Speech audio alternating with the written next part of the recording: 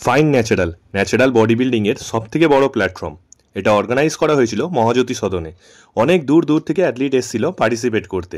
25 তারিখ ছিল রেজিস্ট্রেশন আর 26 তারিখ ছিল খেলা। এত বড় হলে অর্গানাইজ করা কোনো বডি বিল্ডিং গেমে আগে হয়েছে কিনা সন্দেহ। বলে রাখি হলটা পুরোপুরি কিন্তু এসি।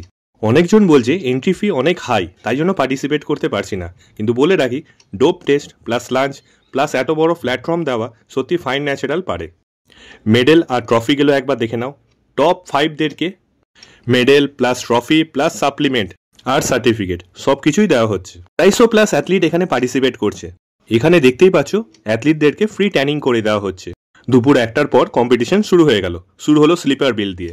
অনেক অ্যাথলিট ছিল, তাই 3টে ভাগ করে টপ 10 সিলেক্ট করা হলো। তাদেরকে গিফট দেওয়া হলো ট্রফি, মেডেল, টি শার্ট, অনেক কিছু। এরপর শুরু হলো ফিট কিট। বাচ্চাদের এমন পারফরমেন্স দেখে বোঝা গেল আগামী দিনে আরও এগিয়ে যাবে আমাদের এই বডি বিল্ডিং। এদের সবাইকেই ট্রফি আর সার্টিফিকেট দেওয়া হয়েছিল, কাউকে ফার্স্ট সেকেন্ড থার্ড করা হয়নি, সবাইকে সেম ট্রফি। এরপর শুরু হলো ফিট স্টার। ফিজিক্যালি হ্যান্ডিক্যাপ যারা, তাদের পারফরমেন্স দেখলাম, সত্যি চোখে জল আনার মতো। তাদের এই ডেডিকেশনকে সত্যি স্যালুট। ফিট কিট আর ফিট স্টারের পারফরমেন্স দর্শকদের প্রাণ ভরিয়ে দিয়েছে, তারা এনজয় করেছে অনেক। এরপর শুরু হলো ডেনিম জিন্স। এটা ফাইন ন্যাচারালি স্টার্ট করেছিল এই ক্যাটাগরিটা।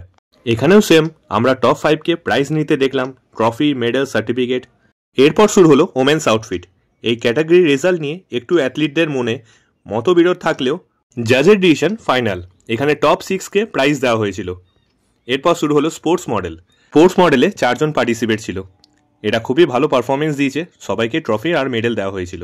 এরপর শুরু হলো মেন্স ফিজিক। এখানে প্রাইজ দিচ্ছেন শ্রী দেবাশিস কুমার, তিনি হচ্ছেন একজন MLA।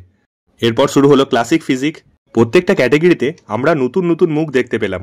অনেক নতুন অ্যাথলিট অনেক জায়গা থেকে উঠে এসেছে। এরপর ছিল বডি বিল্ডিং অনেকগুলো ক্যাটাগরি ছিল, তাই শেষ হতে অনেক রাত হয়ে গেল।